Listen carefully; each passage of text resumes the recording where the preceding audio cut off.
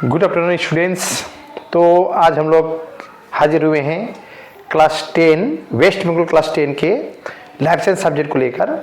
तो आज हम लोग पढ़ेंगे क्रम विकास के बारे में, और क्रम विकास से रिलेटेड हम लोग चार्ल्स डार्विन के सिद्धांत के बारे में पढ़ेंगे। और ये वीडियो मैं इसलिए बना रहा हूँ, तुम लोग तो देखोगे और साथ में दर्शक भी देखेंगे, क्योंकि क्लास 10 जो है ये जीवन का पहला पड़ाव है। और क्लास 10 ही एक ऐसा बोर्ड है जिससे सबसे ज़्यादा गवर्नमेंट सर्विस मिलता है। जब तक आप 10 पास नहीं हुए हैं तब तक अनपढ़ ही कह सकते हैं अपने आप को।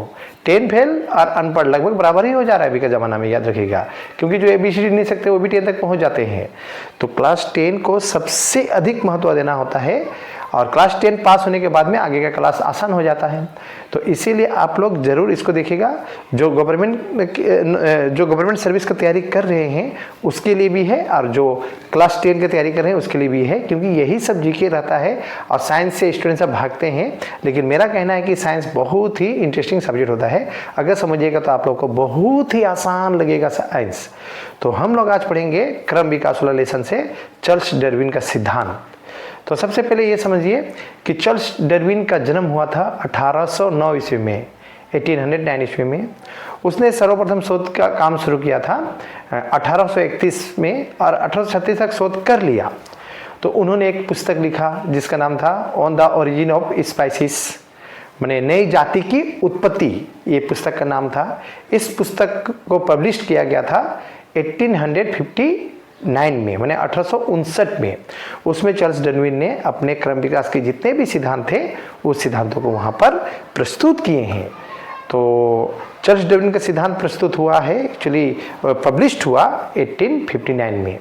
तो चार्ल्स डार्विन का जो सिद्धांत, जो बुक है, जो सिद्धांत का कई सिद्धांत है उसमें, जैसे 1 नंबर में है संतान उत्पन्न करने की प्रचुर क्षमता, ठीक है, 1 नंबर में। 2 नंबर में देख सकते हैं जीवन संघर्ष, 3 नंबर में योग्यतम के उत्तरजीविता, 4 नंबर में प्राकृतिक चयन, 5 नंबर में विभिन्नताएं। इस प्रकार से बहुत सारे सिद्धांत दिए। तो आज मैं आप लोगों को बताऊंगा जीवन संघर्ष क्या है। जीवन संघर्ष को स्ट्रगल फॉर एक्सिस्टेंस इंग्लिश में कहते हैं।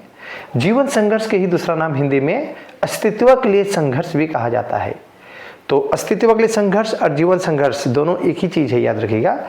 इंग्लिश में स्ट्रगल फॉर एक्सिस्टेंस, ये क्या है? ये एकदम आसान सा भाषा में अगर समझिएगा तो प्रत्येक जीव, हम लोग भी इंसान जीव है, प्रत्येक जीव अपने आप को जीवित रखने के लिए या अपने आने वाले पीढ़ी को बचाने के लिए संघर्ष कर रहे हैं, लगातार संघर्ष कर रहे हैं।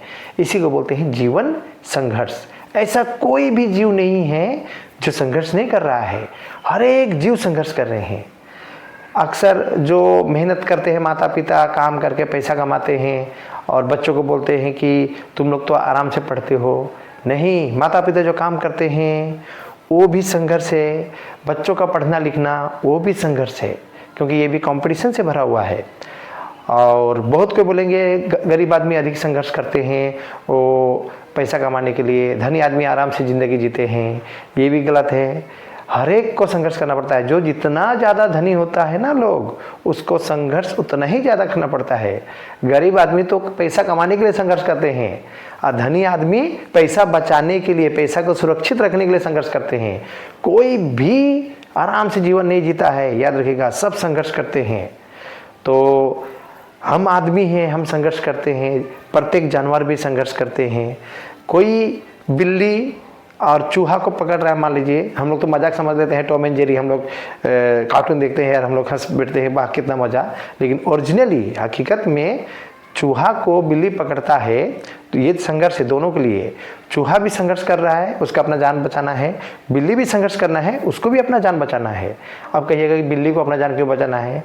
अरे बिल्ली खाएगी नहीं तो मर जाएगी ना, तो बिल्ली को भी खाना खाना है, चूहा को अपना जान बचाना है। सब संघर्ष करते हैं। कभी सांप आपके इलाके में आ जाता है तो सांप आप लोग को डसने के लिए या आपको डराने के लिए नहीं आया है। सांप भी भोजन के तलाश करते करते आपके इलाके में आ जाते हैं। तो जीवन संघर्ष उसका भी है, सांप का भी है, हर एक जीव संघर्ष करते हैं। तो जीवन संघर्ष किसे कहते हैं ये तो आपको समझ में आ ही गया। अब समझिए जीवन संघर्ष मैंने अस्तित्व के लिए संघर्ष को 3 भागों में बांटा गया है, ठीक है। एक है अंतः जातीय संघर्ष, इसको सह जातीय संघर्ष भी बोलते हैं। दूसरा है अंतर जातीय संघर्ष, इसको विजातीय संघर्ष भी कहते हैं। तीसरा है वातावरणीय संघर्ष, ठीक है। और इंग्लिश में अगर समझना है तो अंतर जातीय को इंट्रा स्पेसिफिक और अंतर जातीय को इंटर, एक है इंट्रा इंटर, और तीसरा है वातावरण का इन्वायरमेंटल स्ट्रगल। तो ये संघर्ष 3 प्रकार का है, इसको इसलिए कहा गया, एकदम इजी से समझिए। पहला संघर्ष जो है अंतः जातीय, हिंदी में सहजातीय, सहजातीय संघर्ष। इस वीडियो को एक बार देख लीजिए आप लोग, थोड़ा सा इस वीडियो को, आगे जो वीडियो चल रहा है, ठीक है। ये क्या वीडियो है, जब एक ही जाति के सदस्यों के बीच, आदमी के हिसाब से नहीं, ऐसे नहीं कि लोहार लोहार लड़ रहा है पंडे पंडे, वो नहीं, एक ही जाति के सदस्यों के बीच संघर्ष हो तो उसे सहजातीय संघर्ष कहते हैं। जैसे सांप और सांप के बीच में लड़ाई हो, संघर्ष हो, शेर शेर के बीच में, बाघ बाघ के बीच में लड़ाई हो, तो ये होता है सहजातीय संघर्ष, ठीक है।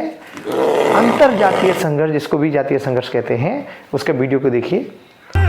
इसमें क्या है, इसमें यह है कि 2 अलग अलग सदस्यों के बीच में, अलग अलग सदस्यों के बीच जो संघर्ष होता है, अलग अलग जाति के बीच, तो ऐसे संघर्ष को बोलते हैं अंतर जातीय संघर्ष या विजातीय संघर्ष। जैसे कि शेर अजगर के बीच संघर्ष, ठीक है, आदमी अफ्रीका के बीच में संघर्ष, अलग अलग जाति के बीच में अगर संघर्ष हो उसको बोलते हैं विजातीय संघर्ष। आसानी से परिभाषा है। तीसरा है वातावरणीय संघर्ष। सजीव केवल जीवों से ही नहीं लड़ते हैं, सजीव को वातावरण के साथ भी लड़ना पड़ता है। जैसे मान लीजिए भूकंप आया, भूकंप से बचना भी संघर्ष है। तूफान आया, तूफान से बचना भी संघर्ष है। जैसे बाढ़ आया, बाढ़ से बचना भी संघर्ष है। धूप से, गर्मी से बचना भी संघर्ष है, ठंडी से बचना भी संघर्ष है। तो ये जो है संघर्ष वातावरणीय संघर्ष है, ठीक है। तो आशा करते हैं ये संघर्ष वाला, जीवन संघर्ष वाला कॉन्सेप्ट आप लोग क्लियर कर लिए, ठीक है। और नेक्स्ट अगर आप लोग इसी प्रकार पढ़ना चाहते हैं ऑनलाइन, तो आप लोग मेरा जो यूट्यूब चैनल है उसको सब्सक्राइब कर लीजिएगा और फेसबुक चैनल में फॉलो कर लीजिएगा, ठीक है। तो तब तक के लिए अलविदा, धन्यवाद, थैंक यू।